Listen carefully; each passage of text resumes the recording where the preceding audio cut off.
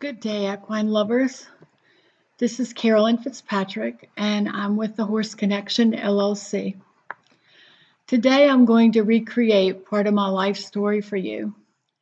I'm going to take us back to when I was about 5 years old and begging my parents, like many of you, for a horse every day.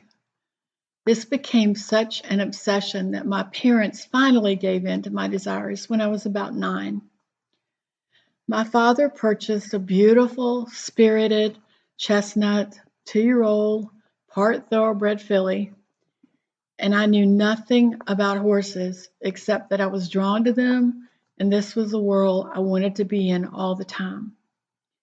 Now, mind you, this was a 15 two-hand horse, and I wasn't very tall at all. The purchase of this filly was wrong for me at this learning stage.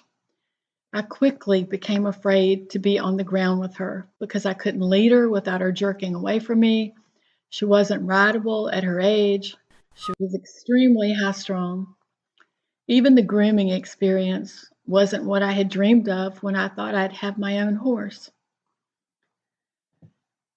The part of being around her that did work, though, is I seemed to be able to communicate with her without words. I instinctively knew when she was scared, inquisitive, or just being playful with no intent to harm me. There was no barn or lean-to on the property, so in order to have conversations with her, I had to cross an open field, climb into a forked tree trunk that was near the creek, and hope and pray that she wouldn't rear up and kind of strike out playfully. Sometimes my dad would tie her to a nearby tree, and other times she was loose in the field. I watched her body language for hours and hours. So, what did I learn? I learned that it's not healthy to overface yourself when working with horses. My father eventually sold this filly, and he purchased a couple of other horses during my high school years that were rideable. And like many young girls, my horse became my confidant during those growth years. Then again, there was a period of time during college years that I did not have a horse, but the desire to be around them never stopped.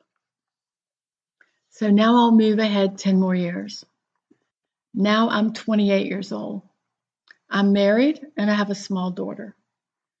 I'm living on a 12-acre parcel of land, and I had enough space for a horse again. That 12 acres was as important to me as if I'd owned 5,000 in Montana. I purchased a 4-month-old chestnut half Arabian filly named MH Tuesday. She was a Spitfire too, but she and I were together every day. This closeness and my desire to understand her developed into a relationship where most of the time I could tell what she was thinking. When she was a little over 3 years old, I wanted to breed her to have another foal. There was an Arabian stallion near us that was gentle, intelligent, and had good movement, so I chose him to be the sire of this foal. When I trailered her to the stallion's location, Tuesday appeared very frightened. She was normally a horse that stood quietly in hand, but she was fidgety. Her eyes were big. It was obvious she was frightened. She was in season, but she wanted nothing to do with the stallion.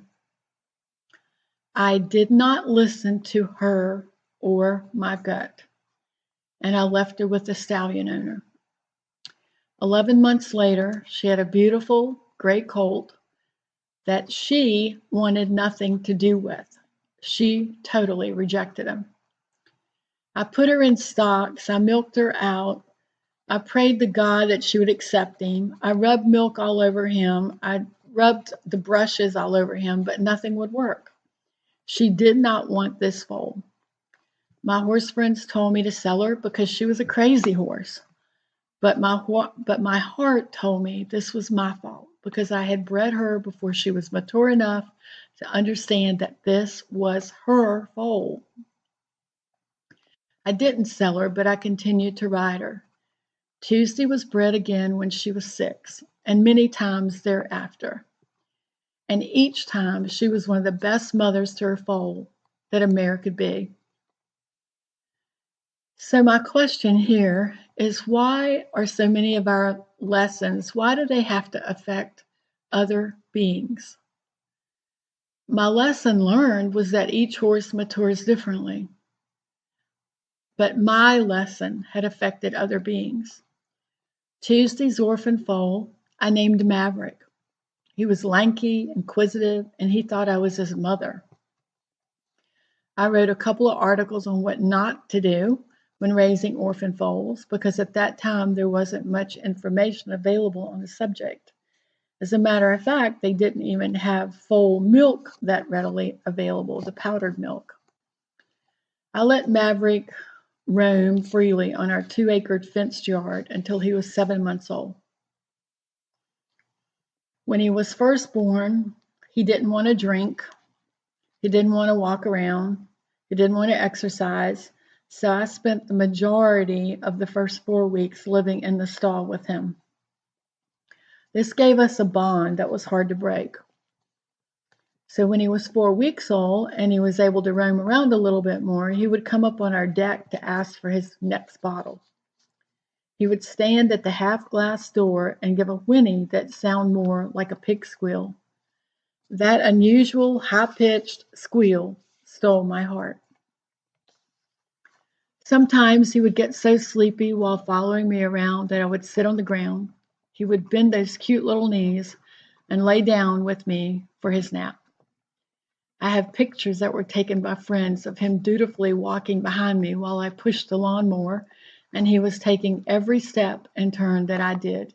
He did not want to leave my side. I was his mother. Another picture of him lying next to me on the sunny side of the house while both of us were sleeping together.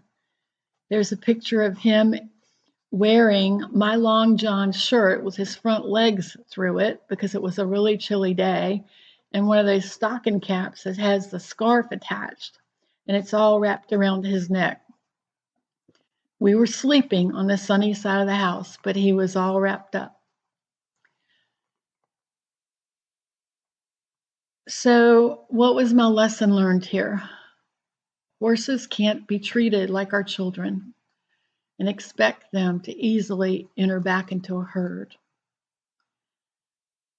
So let's move forward to 5 more years. Maverick and I are entering competitive trail rides on the East Coast. He's a long-strided, forward-moving horse that loves to see what's around the next bend. I'm rather new to this performance, but loving that Maverick and I are on grand adventures together for hours. Maverick and I were both really physically fit. In May, we entered the Grays Mountain 25-mile competitive trail ride. We breezed through the check station like we didn't even need to stop. We breezed so through it. His P&Rs were in target range, and that was within 5 minutes, and we were cleared to go on until the finish 10 minutes later. 1 mile before the finish line, Maverick let out his distressed pig whinny and started swaying left then right. We were on top of a mountain. I didn't know what was happening, but I knew he didn't need me on his back, so I jumped off on the upper side of the trail. Maverick immediately began going over the hillside, flipping sideways over and over. I scrambled down the hillside after him, calling his name and scared to death, and when I reached him, he tried to get up, but he couldn't stand. We were in the front of the other competitive riders, so fortunately I didn't have to wait too long before another rider was on the same trail that we'd been on. I told her what had happened and that we really needed help. Someone needed to bring a trailer as close as they could to where we were so I could get Maverick back to the base camp. He needed vetting. About 45 minutes later, one of the trail organizers brought me a trailer. By this time, I had coached Maverick to his feet by begging him, encouraging him, praying, and the grace of God. And we were slowly walking on the side of the road back to the base camp. When I attempted to put Maverick on the trailer, He tried, but he couldn't support himself enough to load on the step-up trailer. By this time, I'd gotten him within 1 mile of the base camp. So I sent the trailer back to camp and asked if they would get the vet on site so he'd be there when we got back. So we continued on our slow-moving trek, one painfully slow step after another, by ourselves. Every precious step in the correct direction, I prayed to God to give Maverick strength to make it back to camp. Maverick and I spent the next 2 nights at that base camp after all the other riders had left. And the vet was great. The vet checked in like every couple hours. So let me give you a picture of what I was seeing. Maverick was tied to the horse trailer with an IV bag attached high on the trailer wall.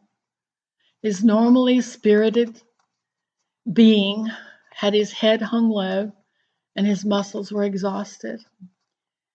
To the naked eye, he looked like he was 30 years old and was ready to give up. Maverick had tied up. It wasn't because of poor conditioning. The cause of the condition was incorrect feeding.